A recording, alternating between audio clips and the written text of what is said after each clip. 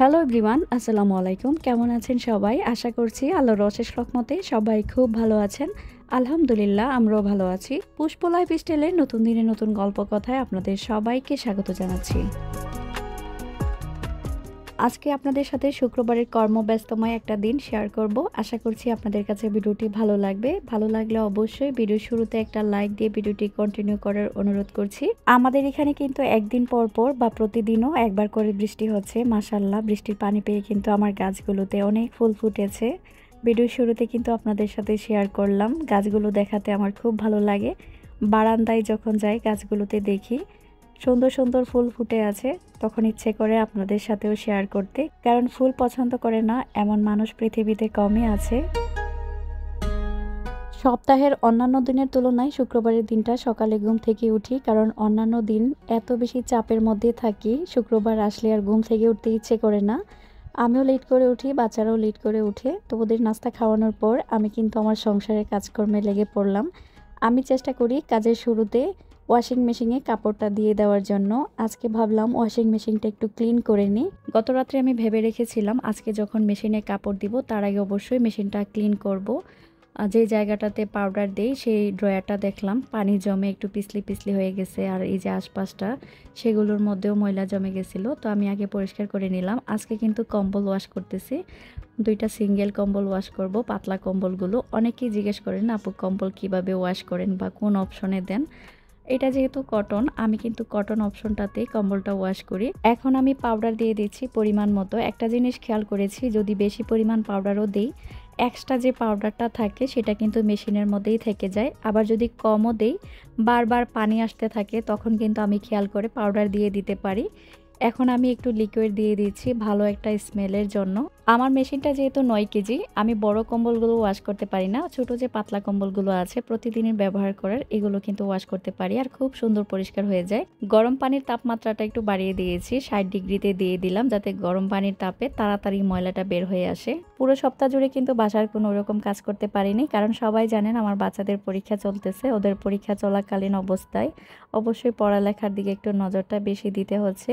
যতটুকু খেয়ে বেঁচে থাকার জন্য কাজ করা প্রয়োজন ততটুকুই করেছি। আজকে যেহেতু বন্ধের দিন, আমি কিন্তু বাসাটাকে একটু সুন্দর করে পরিষ্কার করব, যাতে করে এই সপ্তাহ আমার কোনো কাজ না করতে হয়। বাচ্চাদের পরীক্ষা এই সপ্তাহ পর্যন্ত চলতে থাকবে, এক সপ্তাহের কাজ আমি শুক্রবারই শেষ করব। তাই প্রত্যেকটা রুমের চাদর আমি তুলে নিয়েছি। আমি যেটা করি, একটা রুমের চাদর কখনোই তুলি না, তুললে সবগুলো চাদর একসাথে তুলি আর সব চাদর একসাথে ওয়াশ করে ফেলি। আমার কাছে মনে হয় বাসাটা যখন পরিষ্কার করব, পুরো বাসার চাদরগুলো তুলে যখন আবার নতুন বা পরিষ্কার বিছানার চাদর বিছাবো, বাসাটা কিন্তু অনেক বেশি সুন্দর লাগবে, পরিষ্কার লাগবে।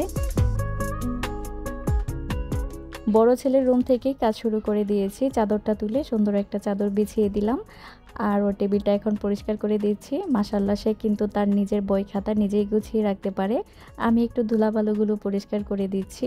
গুছানো বাবা মায়ের সন্তান গুছানোই হয়। ছোটবেলা থেকে বাচ্চাকে যে শিক্ষা দিবেন সে কিন্তু সেই শিক্ষায় মানুষ হবে। ওরা যখন দেখে মা সব সময় পরিষ্কার রাখে, ওরাও চেষ্টা করে ঘর গুছিয়ে রাখার। যখনই এলোমেলো করে তখনই বলে যে আম্মু রাগ করবে, তাড়াতাড়ি করে কিন্তু গুছিয়ে ফেলে। মাঝে মধ্যে কিন্তু আমি রাগ দেখাই যে তোমরা দেখো না আমি গুছিয়ে রেখেছি, তখন বলে যে আম্মু তুমি রাগ করো না, আমরা কিন্তু তোমাকে গুছিয়ে দিব। তখন দেখি যে সোফার বালিশগুলো সুন্দর করে গুছিয়ে ফেলে। আমাকে কিন্তু 2 দিন আগে ওরা আবার কাজ করেও দিয়েছে। আমি বলেছিলাম আমার শরীরটা কিন্তু ভালো লাগতেছে না, তোমরা কি আমাকে একটু কাজ করে দিতে পারবা? দেখলাম 3 ভাই মিলে সুন্দর করে আমি যেরকম বিছনাগুলো গুছাই, সোফা গুছাই, ওইভাবে গুছিয়ে দিয়েছে।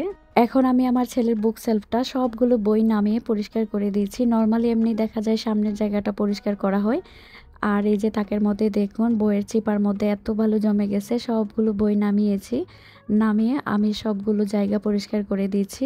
ওর রুমের সবচেয়ে পছন্দের জায়গা হচ্ছে এই বুক সেলফটা। এই বুক সেলফটাতে 1 বছরে মাশাআল্লাহ এত এত বই কালেকশনে রেখেছে, আপনারা দেখলে বিশ্বাস করতে পারবেন না। আমার ছেলেটা মাশাআল্লাহ এত বই প্রেমী, আমি নিজেই বিশ্বাস করতে পারি না। আর এখানে যত বই আছে সব কিন্তু ইসলামিক বই। এখানে না হলেও 30 থেকে 40 হাজার টাকার বই আছে। পুরো 1 বছরে এই বই জমিয়েছে। মাশাআল্লাহ এত এত কালেকশন ওর কাছে, আমি অবাক হয়ে যাই। আমার কাছে যখন বই কিনতে টাকা চায় আমি না দিলে কিন্তু ওর বাবার কাছে ফোন দিয়ে টাকা নিয়ে আসে। ছেলের মন রক্ষার্থে বাবা কিন্তু টাকা দিয়ে দেয়। আর বই তো ভালো জিনিস, বই পড়লে জ্ঞান বাড়ে। আমি ওকে মাঝে মধ্যে জিজ্ঞাসা করি তুমি এত বই কিনে কি মজা পাও? সে আমাকে উল্টো বলে আম্মু তুমি ঘরের জিনিসপত্র কিনে এত কি মজা পাও? তুমি যেমন ঘরের জিনিস কিনলে মনে শান্তি পাও, আমি বই কিনলেও আমার মনে শান্তি পাই। যেই ছেলে আমাকে সুন্দর করে এত সুন্দর উত্তর দিয়ে দেয় তার সাথে আর আমি কি বলবো। গত 4 দিন আগে এই বইটা হাতে পেয়েছে, এক নজরে কোরআন। এটা সে অনেক দিন ধরে কিনতে চাচ্ছিল, আমার কাছে টাকা চাইতেছে। আমি বললাম আমার কাছে টাকা নেই। তখন কিন্তু ওর বাবার কাছ থেকে 2000 টাকা এনেছে। আর এটার দাম মনে হয় সম্ভবত ডেলিভারি চার্জ সহ 1540 না 1640 টাকা পড়েছে। আমি চাই আমার ছেলের বইয়ের প্রতি আসক্তিটা সারা জীবন থাকুক, এটা ধরে রাখতে পারুক। সবাই আমার ছেলের জন্য অবশ্যই দোয়া করবেন। মাশাআল্লাহ, বইগুলো যখন গুছিয়ে রেখে দিয়েছি এত বেশি সুন্দর লাগছিল। আমি মনে করি আমার বাসার সবচেয়ে সুন্দর একটা জায়গা হচ্ছে এটা। এখন আমি সেকেন্ড রুমে চলে এসেছি। এটা হচ্ছে আমার মেজো ছেলের রুম। এটা কিন্তু হচ্ছে নামমাত্র রুম।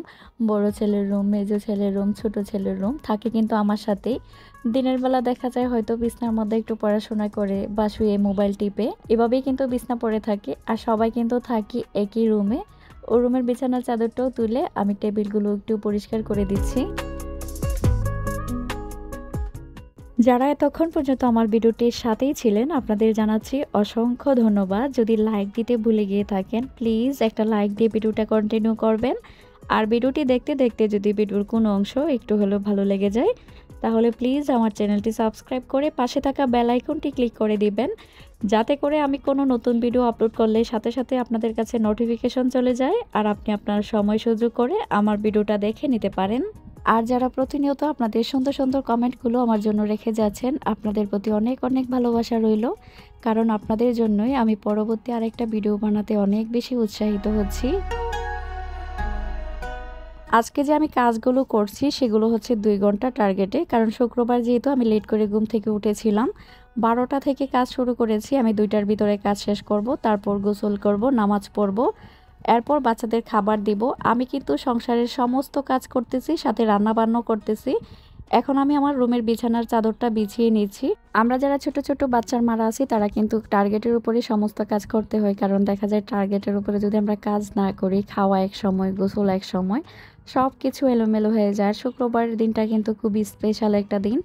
সবাই নামাজ পড়ার পরপরই খাওয়া দাওয়া করে ফেলে।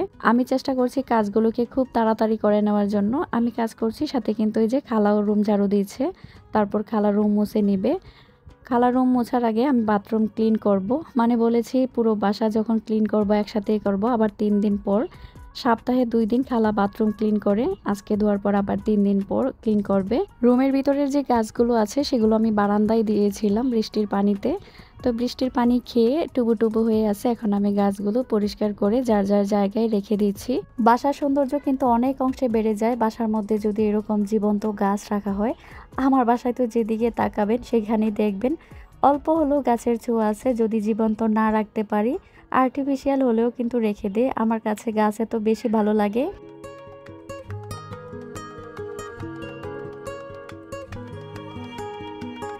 আধা ঘন্টা আগে বাথরুমে হারপিক দিয়ে রেখেছিলাম। খালা এখন বাথরুমগুলো ক্লিন করে নিচ্ছে। আর আমি রুম মোছার পানির মধ্যে স্যাভলন দিয়ে দিয়েছি। চেষ্টা করি রুম মোছার পানির সাথে সব সময় স্যাভলন ব্যবহার করার। বাসায় ছোট বাচ্চা থাকলে অবশ্যই চেষ্টা করবেন রুম মোছার পানির সাথে স্যাভলন বা ডেটলটা ব্যবহার করার। এতে করে জীবাণুটা কিন্তু কেটে যাবে। বাচ্চারা সুস্থ মানে মায়েরও সুস্থ। বাচ্চা একবার অসুস্থ হলে দেখবেন মায়েদের যে কি কষ্ট, কোনো কাজ করেও শান্তি নেই, কোনো কিছুতেই শান্তি নেই। বাচ্চা সুস্থ থাকলে আপনি সব কাজকর্ম করেও শান্তি পাবেন। আমার কিন্তু বাসার সমস্ত কাজকর্ম শেষ। এখন আমি রুমের ভিতরে যে গাছগুলো আছে সেগুলোর মধ্যে একটু পানি দিয়ে দিচ্ছি। আমি এখন গোসলে চলে যাব। খালা দেখুন রুম মুছতেছে। ভাবলাম যে রুম মোছার আগে গাছগুলোতে একটু পানি দিয়ে দিই, নিচে যে পানিটা পড়বে খালা কিন্তু রুম মোছার সাথে পরিষ্কার করে ফেলতে পারবে। খালা খুব সুন্দর করে বাথরুম ক্লিন করে ফেলেছে। বাথরুমটা ক্লিন করলে একদম চকচক করে, আর বাথরুম ইউজ করতে তখন ভালো লাগে। এখন আমি ব্রাশগুলোকে ব্রাশ হোল্ডারে রেখে দিচ্ছি। একজন আপু আমাকে অনেক দিন আগে কমেন্ট করেছিলেন, আপু এই হোল্ডারটা কোথায় থেকে কিনেছেন? আপু দারাজে সার্চ দিলে কিন্তু আপনি পেয়ে যাবেন। ব্রাশ হোল্ডার লিখলে পেয়ে যাবেন। এটার দাম মনে হয় সম্ভবত 120 টাকা বা 150 টাকা, আমার দামটা ওরকম খেয়াল নেই। যাই হোক, বাথরুম গুছিয়ে আমি গোসল করে ফেলেছি। তারপর নামাজ পড়লাম। মা মেয়ে দুজনে মিলে নামাজ পড়েছি, আর ছেলেরা আগেই নামাজ পড়ে নিয়েছে। আজকে কিন্তু শুক্রবার, বলেছিলাম শুক্রবারের ব্লগ আপনাদের সাথে শেয়ার করছি। আর শুক্রবার মানেই তো স্পেশাল স্পেশাল আমার বাসায় সব সময় মুরগি মাংস এগুলোই বেশি রান্না করা হয়। আজকে বিরিয়ানি রান্না করেছি, গরুর মাংসের বিরিয়ানি। এখানে আমি খালার জন্য 1 প্লেট বিরিয়ানি বেড়ে নিয়েছি। যখনই ভালো মন্দ কিছু রান্না করি চেষ্টা করি খালাকে দিয়ে খাওয়ার জন্য, কারণ মানুষকে কিছু দিয়ে খেতে পারলে অনেক বেশি ভালো লাগে। দিয়ে খাওয়ার মধ্যে অনেক শান্তি আছে, যেটা না দিয়ে খাওয়ার মধ্যে নেই। কাউকে কোনো জিনিস দিতে পারলে বা কাউকে কোনো সাহায্য করতে পারলে আমার কাছে অনেক ভালো লাগে, মনে শান্তি লাগে। চেষ্টা করি নিজের সাধ্য অনুযায়ী সবাইকে সাহায্য করার।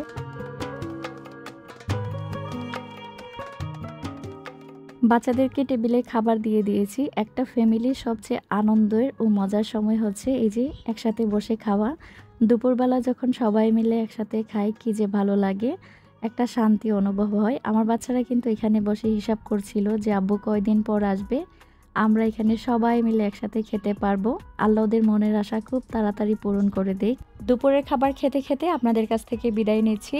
আবার নতুন আরেকটি ব্লগ দেখার জন্য আমন্ত্রণ জানাচ্ছি। আপনারা সবাই ভালো থাকবেন, আমিও আমার পরিবারের জন্য সবাই দোয়া করবেন। আল্লাহ হাফেজ, আসসালামু আলাইকুম।